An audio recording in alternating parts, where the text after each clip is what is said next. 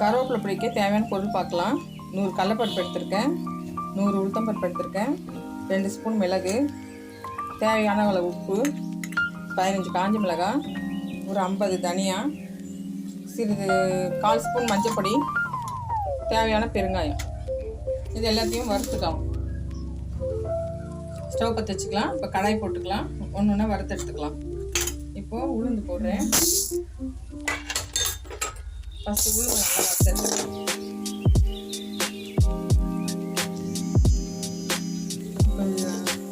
இப்போ நல்லா செவந்துருச்சு. இப்போ இதை ஆற வச்சுக்கலாம். இதில் போட்டுக்கலாம், சைட்டில் போட்டுக்கலாம்.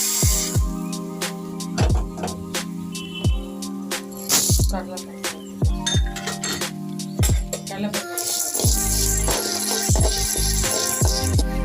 நல்லா சிவந்துச்சு.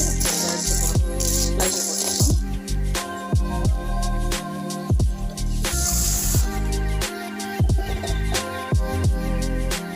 சரி,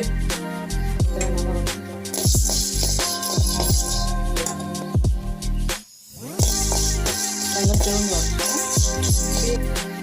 வந்து கொஞ்சம் வெளியே போட்டுக்கலாம்.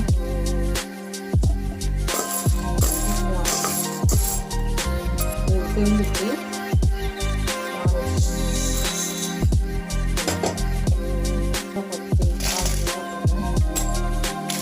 லைட்டாக எண்ணெய் ஊற்றிடுவேன்.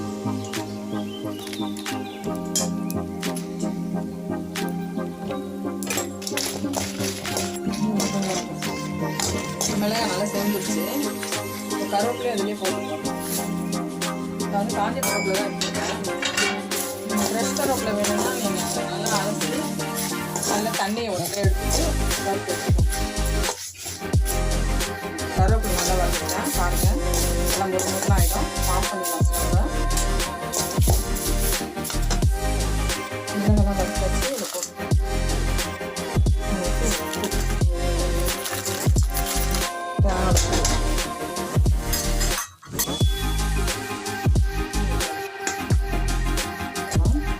கருவேப்பிலை அதில் போட்டுக்கலாம்.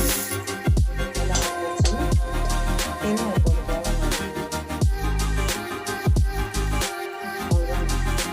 கருவேப்பிலை வறுத்து வச்சு பொடி பண்ணிக்கலாம். ஆயிடுச்சு.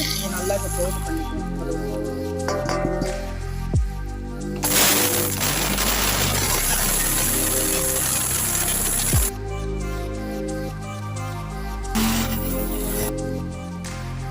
இப்போ கருவேப்பிலை பொடி நல்லா ரெடி ஆயிடுச்சுங்க.